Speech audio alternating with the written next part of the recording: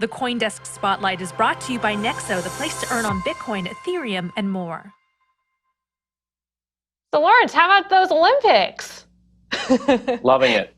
Kind of just right after the Super Bowl, we dive right into that. And I'm a fan of, immediately, the bobsledding. I'm a fan of gold medalist Nathan Chen, and if you want to support U.S. figure skating, they're accepting crypto donations. Joining us now is Chris Kniram at U.S. Figure Skating and Engiven co-founder James Lawrence. Welcome, Chris and James, to the show. So tell us, how can crypto help U.S. figure skaters? And James, maybe you can talk about how Engiven works. Excellent. Well, thanks for having me. And, we're so excited to be supporting U.S. figure skating, and, they're incredible athletes. And of course, we're all so proud of what Nathan Chen has done.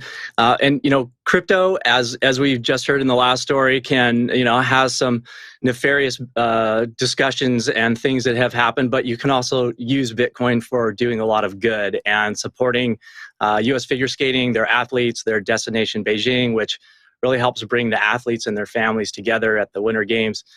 It's a powerful way to kind of deploy some of your crypto assets for good. And so we're thrilled to partner with U.S. Figure Skating, and we hope that kind of the general crypto population wants to dive in and do some good with their crypto holdings. So good morning, Chris, and good morning, James. Who gets the money? How is it allocated?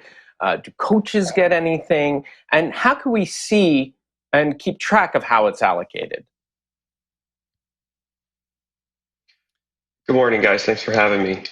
So what happens is these donations, they go through, Bitcoin or through Engiven, and U.S. Figure Skating uses those to help families. At least in 2018, when I went to the Olympics, it was one of the only reasons actually that my family was able to travel to Korea and watch my wife Alexa and I at the Olympics. So it goes a long way for a lot of families that maybe can't afford to send their family over to a big country. But this time for Beijing, U.S. Figure Skating put on a couple different viewing parties and invited a lot of the athletes' families to join them, and all of us together watched the team event and could do that together as a big group to support all of the athletes.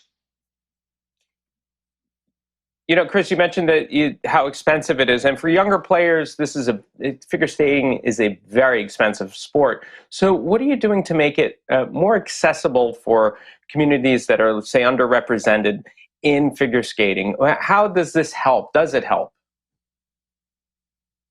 It helps a lot. Yeah, every athlete that goes to an Olympics, they're allocated a certain amount of funding to help their families pay for tickets and reserve hotel rooms. U.S. Figure Skating goes a long way in helping a lot of the athletes' families, regardless of where they live or where they're from.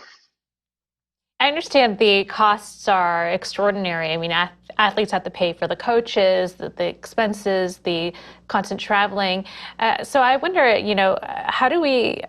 does this go to that as well? I mean, I understand it goes to Destination Beijing, one of the projects that you guys are doing where family and friends can get together and watch and celebrate these major international competitions. But how about like the training, and would that prevent certain athletes from leaving and representing other countries? This funding helps the athletes' families, but the athletes, fortunately, they have their flights and everything paid for through the USOC, so they don't really have to worry about that when they go to the Olympics. It's mainly for the athletes to have their family members there at the Olympic Games to watch them. And for this, obviously with COVID and everything that's been going on, this situation, there's been a few viewing parties around the country that the families, and U.S. Figure Skating has paid for the families to come to the viewing party and paid for their hotels to have them all together to watch their athletes. So James, getting back to the question I asked earlier about allocations and keeping track of it, is there a way in which donors can follow their money, if you will. I mean, that's one of the benefits of crypto, is that it has this incredible amount of transparency.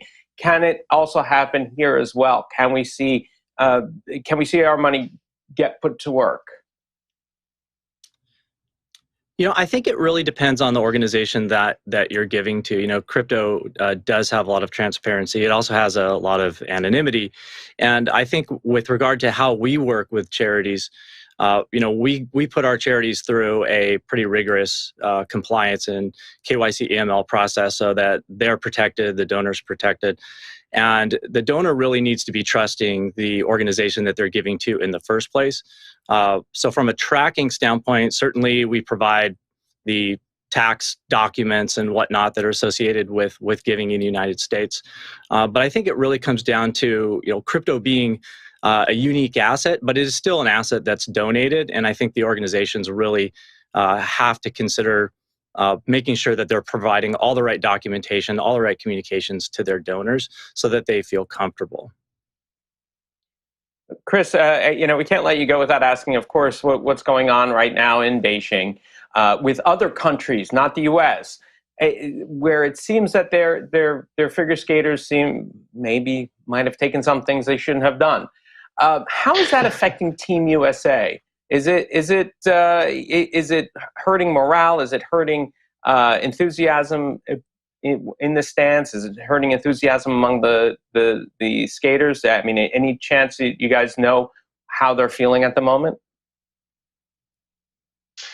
I talk to Alexa every day, and it's not hurting anyone's morale. Everyone's there to do their job. They trained 4 years for this. So unfortunately, Team USA has not gotten their team medal yet, so that's yet to be seen what's going to happen with that. But past that, everyone's in a good place. Everyone's training hard and ready to go for their individual events.